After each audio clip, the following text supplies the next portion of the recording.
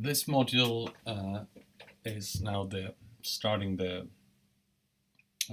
third part of our course, looking at institutions, processes, procedures, who are the actors of foreign policy. So in this module we'll look at Congress and the President, and if we look at that relationship when it comes to foreign policy making. Overall, if you're looking at Congress and President, we're talking about creative tension, that the Constitution led this creative tension that both the executive and the legislative branch are struggling over primacy of foreign policy. The main claim forwarded by many IR scholars is that look at the position of American preeminence and leadership. That is really based on a successful cooperation between Congress and President.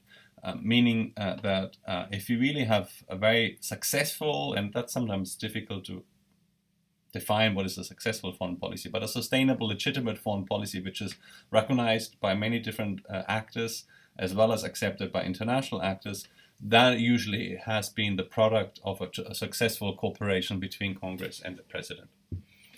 Now, the President, of course, the principal foreign policy actor, but the Constitution delegates more specific foreign policy powers to Congress than it does to the executive. So the White House negotiates treaties, but then the Senate must ratify them. Congress has the power to raise, support armies, regulate foreign commerce, define, punish offenses on the high seas, execute and implement sanctions. So you can see that it leaves the door open for both parties to assert respective authority over the course and the conduct of foreign policy. White House manages diplomatic relations, and the White House accepts that Congress must appropriate the funds for diplomacy and defense. But there's so many other issues. There are so many intense battles: oversight of foreign aid, responsibility for for trade policy, authorization for military deployment, and funding for international institutions. Roosevelt had this so-called stewardship theory that the president represents all the people and should be a steward of the people. The president should be active on foreign and domestic policy, and the president should be constrained only by the specifics and the Constitution and the law. We have the prerogative powers, autonomy, and independence from other agencies for foreign policy making. So this is Roosevelt's stewardship theory when it comes to particular foreign policy. Now, if you look at the division of power, the president is the commander-in-chief, even though the formal declaration of war hasn't been used since the end of the Second World War. There's a lot of centralization when it comes to the armed forces under the authority of the president, and members of Congress must allow the president broad authority with regards to troop deployment. The control agencies and cabinets used during the war, so National Security Council, of course, the National Security Council, all of the institutions, including the Department of Defense, was created in 1947. And the Defense Secretary, of course, is also appointed by the President. Treaties and international agreements, that's been negotiated by the President. The key here is to recognize that in the last several decades, fewer treaties have been negotiated and agreed between presidents and other foreign heads of governments, and more executive agreements have been implemented. Now, executive agreement is basically an agreement the US negotiated with a foreign country, which is not subject to Senate approval. So that really is been largely the vast majority of international agreements have been executive agreements rather than treaties. Appointments, president is picking cabinet members and ambassadors. That's rarely challenged by Congress. They have to go through, of course, Senate approval. But some other positions, national security advisor, other appointments in the Oval Office are not subject to congressional approval. Conducting diplomacy, Constitution is a bit vague on that, but it's up to the president to receive ambassadors, foreign diplomats, public ministers. You saw in October 2016, President Obama declared several Russian diplomats and most likely spies persona non grata for their alleged involvement in the election and sent them home to Russia. So this is, again, that's the prerogative of any head of state. That's diplomatic law. That's up to the president to decide who has to go, and for the president, for the executive, for the government to decide who is allowed to come and receive credentials. And of course, recognizing foreign governments. It usually is the U.S. government, when the U.S. government recognizes a new state, a new sovereign state. Looking at last was 1999 Kosovo. Other countries follow suit. So again, it's up to the government at the executive to recognize a foreign country. So Palestine is not a state, not a sovereign state, has not been recognized by any president so far, as an example. Now, a good example for these executive agreements negotiated by presidents is Ukraine. Now, again, if you look at back in 1994, we had the so-called Budapest Memorandum in 1994 on security assurances. So it was at that time that many previous satellite states of the Soviet Union, newly independent, newly sovereign, had still nuclear stockpiles from the Soviet era. As part of the negotiation, they handed over that nuclear stockpile. In exchange, the Ukraine was promised that the West would look out for its security. Now, again, fast forward, this was not a treaty obligation. This was not a treaty. It was an executive agreement, which means that there are no treaty obligations for the United States to do anything, or any other country, any of the European countries, Germany, France, Britain, Belgium, all the NATO members. They also had executive agreements, so there was no treaty obligation, and really didn't mean much. If you fast forward to 2014, when Ukraine was invaded by Russia, if you look at the military balance here on the screen, you see that the Ukrainians armed forces are no match for Russian forces. So that again shows you what the value of a treaty is, and the relevant, lack of significance for an executive agreement. It's the case study here in Ukraine. Now, what are the trends in congressional activity? We have the Cold War context that produced a lot of cooperation, was a more unified than divided government, and the containment doctrine really enjoyed bipartisan support for the longest time. Vietnam War, the Vietnam War ushered, and the Nixon administration in particular, ushered a lot more scrutiny over the executive, and that certainly was accelerated after Nixon's impeachment. That led to structural reforms in Congress to, scrutinize the executive a lot more. Post-Cold War had both rejection and independence as far as Congress is concerned in terms of foreign policy. There was no immediate threat. Cold War was over. The United States won the Cold War, the perception was. And then were a lot of Republican as well as ideological shifts inside Congress. So there really was no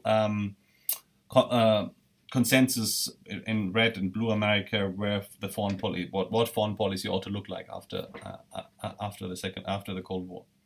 There was a lot more compliance again after 9/11. Immediately rally around the flag effect. There was bipartisan support for the Patriot Act, for invasion of Afghanistan, and then the invasion for Iraq. Now, again, the situational context matters. What is the nature of foreign policy issues? Trade, is it immigration, crisis management? Type of foreign policy issues, procedural rather than substantive. Are we looking at sanctions, or are we looking at creating new agencies? Timing of foreign policy decisions. Are there scandals involved? Long-term military intervention? What is at stake here?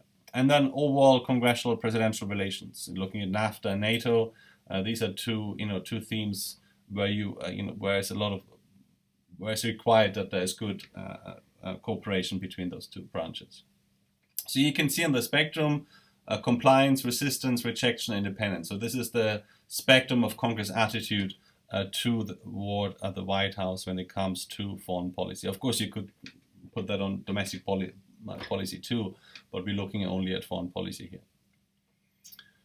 What are the trends in congressional activity? Well, the party in government matters, of course. If there's a divided government, different party in Congress, different party in the White House, that of course matters. That's a lot more common since the Vietnam War, and as a result, we have a lot more gridlock, a lot more polarization. Democrats are very split and are more likely to cross party voting lines than Republicans. These are a string of oversight legislation passed after the affairs in the 70s. Case of Blocky Act required President to report all international agreements to Congress within 60 days of the agreements entering into force. The War Powers Resolution required President to report all military deployments to Congress and authorize Congress to order the troops back home after 60 days. That has largely been ignored by most presidents. Nelson-Bingham Amendment, congressional review of arms sales more than 25 million. The Jackson-Manning Amendment, most favored nation status to countries that restrict immigration, that was prevented. That was largely fast-track Jewish immigrants from the Soviet Union into the United States. And then Intelligence Oversight Act allowed the House and the Senate to oversee U.S. intelligence activities and require the President to notify Congress of any covert operations. Now again, during the Cold War, it became a lot more concerned, Congress, what the U.S. government was up to. The Boland Amendment prohibited U.S. agencies from providing equipment and training to groups to overthrow the Nicaraguan government. So that was immediate result of the Iran-Contra scandal. Again, you've studied the Iran-Contra scandal quite a bit. Was executive crimes committed by the White House, and of course was a huge embarrassment for Reagan. Now again, if you look at Clinton and Congress, these were really poor relations at the time. Again, it was not clear yet in Congress where the US was heading in terms of foreign policy. New Democrats abandoned Clinton, and the Republican majority elected in Congress embraced the new isolationism. Contract with America by Speaker of the House Newt Gingrich focused on morality and domestic issue, which is ironic, as Newt Gingrich was the least moral Speaker of the House on that regard. Senator Helms campaigned against international affairs, budget, agencies, and ambassadors, in particular the United Nations. Fast-track authority was denied. UN dues were withheld. In fact, the US didn't pay most of the UN dues until Bush came to power and needed the United Nations after 9/11. Now again, the biggest blunder for Clinton was the Comprehensive Test Ban Treaty. It was one which she spearheaded and campaigned for, and got a lot of countries to sign up for it, and it basically it banned nuclear testing. So again, it tried to reduce the amount of nuclear bombs being blown up for testing purposes.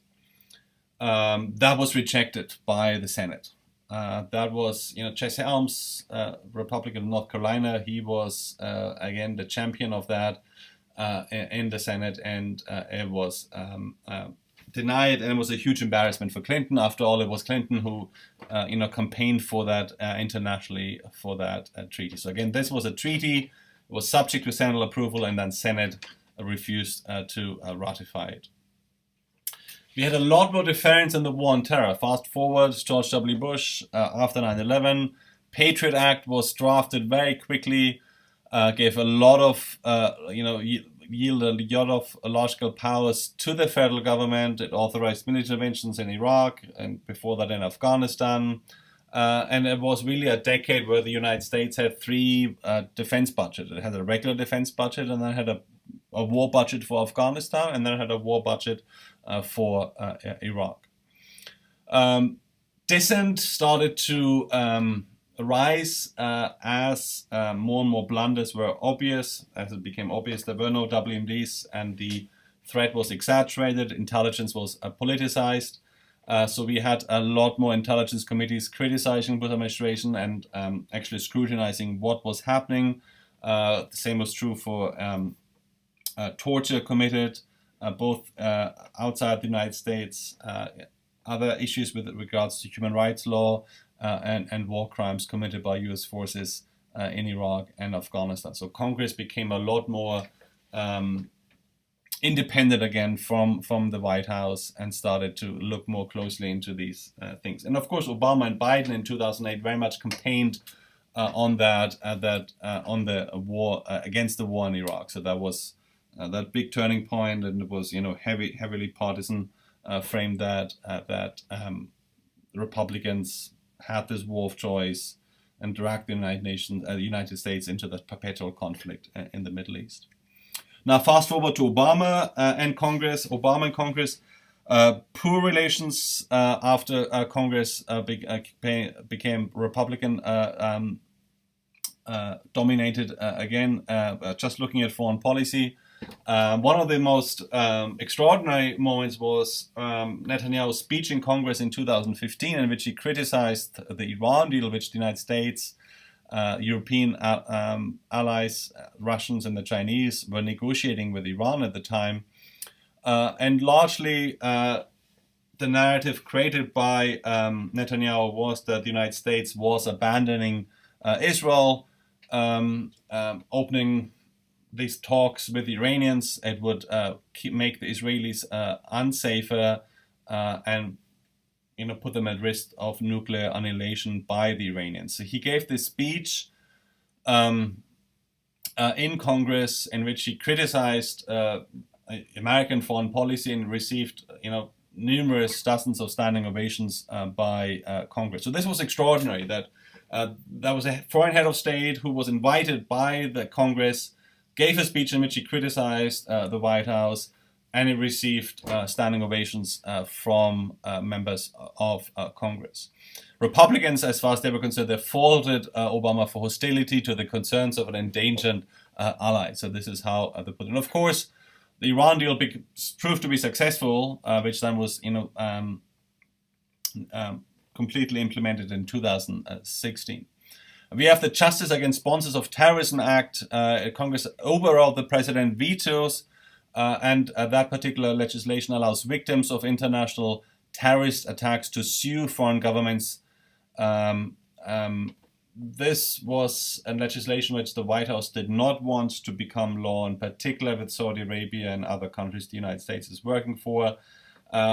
Two things. One, it kind of unearthed that uneasy relationship the US has with Saudi Arabia. After all, Saudis are to blame for a good amount of terrorist activities, including 9/11, and it scrutinized, several legislations came out, scrutinized a lot more to what extent the Saudi government itself has some of that blame. Now again, the United States government didn't want it, because if they allow that sort of legislation, that would also allow then foreign governments to sue the US government for alleged war crimes or human rights violations. We had the congressional inquiries on attacks on US diplomatic facilities in Libya, and also Congress barred Obama administration from using funds to transfer detainees out of this facility in Guantanamo Bay in Cuba. So again, overall, you can see rather poor relations between Congress and Obama. Now again, if you look at foreign policy making Congress, we have a lot more committees and subcommittees after the reforms in the 70s, became a lot more specialized and knowledgeable about foreign policy issues. A lot more interest groups linked with committees to form issue networks. And overall, really, if you look at the last 4 decades, you can see that Congress has become a lot more competent on making substantive and as well as procedural reforms on foreign policy. What are the shortcomings? Structural limitations, large membership, political parties in Congress, of course, divided, partisan battles. No one voice is as powerful as the president's. The traditional branch, the Supreme Court, tends to side with the president or not to rule on foreign affairs. That is important that most foreign policy issues which reach the Supreme Court will either not rule or will side with the White House because of the prerogative of the White House on foreign policy matters. Now again, if you look at the dynamics, we have 3 types of foreign policy legislation: crisis, substantive, and procedural. So crisis, attacks, war, intervention; substantive, sanctions, treaties, tariffs; and procedural, the creation of new agencies. Now again, on the right, you see, just looking at the nuclear deal the United States negotiated with the Iranians, you see the entire spectrum of options available to Congress. So again, facilitate implementation, hinder implementation of the deal, or block implementation. So you can see that there's a rather extensive spectrum to what extent Congress can either support or sabotage a deal negotiated by the White House and a foreign government. Now, what are procedural legislations? New federal agencies, looking at the GAO, Congressional Research Service, Congressional Budget Office. Department of Homeland Security was created after 9/11, was a joint effort with the Bush administration. Reform of existing agencies, looking at State Department, was forced to absorb the U.S. Information Agency and the U.S. Arms Control Disarmament Agency from the DoD. Limits on executive branch and agencies, looking at reporting requirements. And thus increased and mandated participation in the foreign policy process, looking at the Triad Act of 1974. So these are all procedural legislations as far as dynamics of congressional foreign policy making is concerned. Now again, it's Congress, and what counts at the end of the day is the vote. So again, what motivates congressional behavior? Well, situational factors, cost and benefits of each decision, ideological factors, the worldview of politics. Some of those are very rigid. You can't change that. It's difficult sometimes to vote against party line. Electoral factors, of course, seeking constantly re-election, appealing to constituents. That is, a good amount of time is spent by House representatives on that. And then strategic factors, compromises, negotiations inside Congress, log rolling, dealing to support legislation in exchange for future support of legislation. So that is the essence of congressional politics, of course. So you can see that, in the ideal case, if you look at realist, none of this should matter. None of this is in fact taking place because we state as this black box, and whatever happens outside comes inside, back in that black box, and then reacting to whatever event or threat that occurred in the first place. So you can see a constructivist would say, well, look at all of this. Look at what's happening inside a government. Look at happens. Ideology, politics, all of that matters. All of that influences foreign policy. Now, the war powers, this was legislation passed by Congress for oversight of presidents. The must consult with Congress after dispatch of forces and must report the status of military incidents. That 60-day clock which Congress imposed on that has largely been ignored by most presidents. Again, Obama and Biden were very critical of Bush, and then once they went and president themselves in the White House, they did the same. So the war powers resolution has largely been ignored by presidents. Defense budget, of course, the largest share of spending to national defense. We have massive increase after 9/11, and it's this guns or butter debate, military versus domestic spending debate. We have the iron triangles, pork barrel politics. We have that very, very strong relationship between military-industrial complex, Congress, in particular the Defense Appropriation Committee, and the Department of Defense, and that forms the iron triangle, which largely absorbs billions and billions of dollars, not necessarily because it is needed for defensive purposes, but because of the vested interest of those three poles. So that's the military defense contractors, the Department of Defense, and the Congressional Appropriation Committee, Defense Appropriation Committee. Now, if you look at the price of diplomacy, it really is very little compared to defense. So it's less than 2% of the federal budget. If you look at overall, Americans are a bit more uneasy about diplomacy, foreign policy compared to defense. There's even debates on the value of diplomacy. That certainly, after 9/11. We saw that how it was pushed aside, in particular the State Department. If you look at the proposed cuts under the Trump administration, if you look at that graphic there, you see that's all the State Department is doing. So looking at economic development, and then looking at security. All of this is only State Department. So you can see the spectrum of what the State Department is doing, only looking at security and economic development. So we're not looking at diplomacy, we're not looking at political affairs, we're just looking at these two aspects here. So you see it's a considerable sum dedicated for these purposes. So to conclude, you see domestic politics very much matters. It limits, constrains the range of options for the president. Looking at Bill Clinton, Obama, and Republican Congress very much, was checked on that. Looking at Democratic Congress and the War Powers Resolution of 73, when Congress really was very independent and exerted power over the executive. So again, we have this continuous, kind of consistent debate over foreign policy powers between federal branches too. So again, lots of federal branches, everybody has a stake in foreign policy making, or at least think that they have more important stake in foreign policy making. Of course, to conclude, the president is still the focus on hub of foreign policy because of the formal and informal powers, as well as norms and historic patterns. So again, you see that the president isn't completely free from constraints, and particularly when it comes to Congress, there's a lot of politics, and that largely was the overview of presidential and congressional foreign policy making.